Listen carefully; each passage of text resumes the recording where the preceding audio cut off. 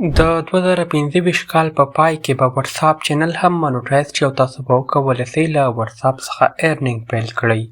دا چې څرنګه کولی سو واتساپ چینل جوړ کړو او څرنګه یې مانوټایز کولی شو ټول معلومات درسره په دا ویډیو کې شیر کول غواړم. خو له هغې نه وړاندې تاسو دې ویډیو ته لایک ورکړئ او که په چینل کې نوي یاستئ چینل درسره سبسکرایب کړئ. د کامنټ په برخه کې ولیکئ د څومره وخت راهیسې تاسو واتساپ کاروئ. که مو چیرې کامنټ کړی وي راځو پر ویډیو باندې به پیل وکړو. ښه نو ګرانو دوستانو راځو د ویډیو په طرف چې څرنګه کولی شو خپل ځان لپاره د واتساپ چینل جوړ کړو. تر ټولو دمخه راشئ پر خپل موبایل کې د واتساپ اپلیکیشن راخلاص کړئ، د اپډیټ برخې ته راسئ، بیا په 3 ډاټ باندې کلیک واخلئ، کریټ چینل سلیکټ کړئ. په دې ځای کې دوستانو تاسو د خپل چینل لپاره یو نوم ولیکئ، پر کوم نوم باندې چې تاسو غواړئ خپل ځان لپاره د واتساپ چینل جوړ کړئ همغه نوم ورکړئ. بیا په کانټینیو اپشن باندې کلیک واخلئ. په دغه طریقې سره به ستاسو واتساپ چینل جوړ سي. اوس دوستانو راځو پر دې کې نور موجوده سیټینګونه ترسره کوو. لوګو اپلوډ کوو ترڅنګ د ویډیو ډسکرپشن کې لیکنه کوو. یو ځل بیا دوستانو تاسو راسئ همدغې چینل برخې ته بره پر ایډیټ اپشن باندې کلیک واخلئ. دا ځل غواړو همدې چینل ته لوګو اپلوډ کړو ترڅنګ یې د ویډیو په ډسکرپشن کې اړوند لیکنه ترسره کړو. په چوز فوټو باندې کلیک واخلئ. تاسو کولی سئ د موبایل ګالري څخه یو تصویر ورته اپلوډ کړئ. دغه تصویر دوستانو ما انتخاب کو، دا هم د چینل نوم شو.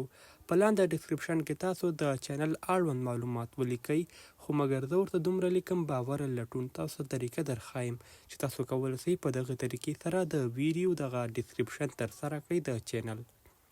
په سیو اپشن باندې کلیک اخلو، زموږ دا سیټینګ ترسره شو. اوس دوستانو لاندې دې کې نور سیټینګونه هم شتون لري. لومړی تاسو کولی سئ د انوایټ اډمن له لارې خپل چینل ته بل شخص هم اډمن کړئ.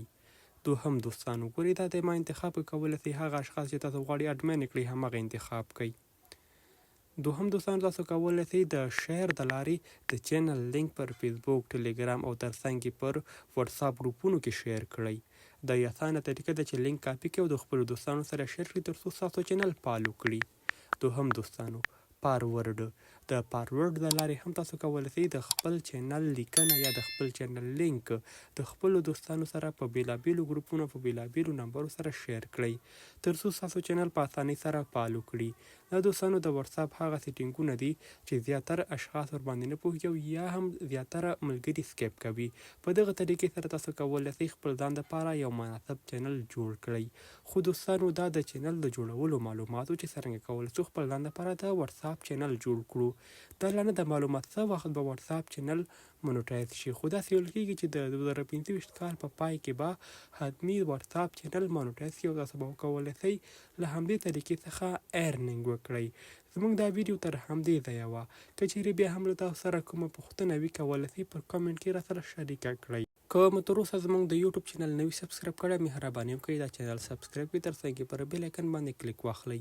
زموږ د واتساپ چینل لینک د ویډیو په ډسکرپشن کې موجود ده. کولی سئ چې ډېر په اسانۍ سره له موږ سره په واتساپ چینل کې هم ګډون وکړئ. میلاویږو پر بل راتلونکي ویډیو کې، تر بیا ښه وخت چارې الله ممل شه.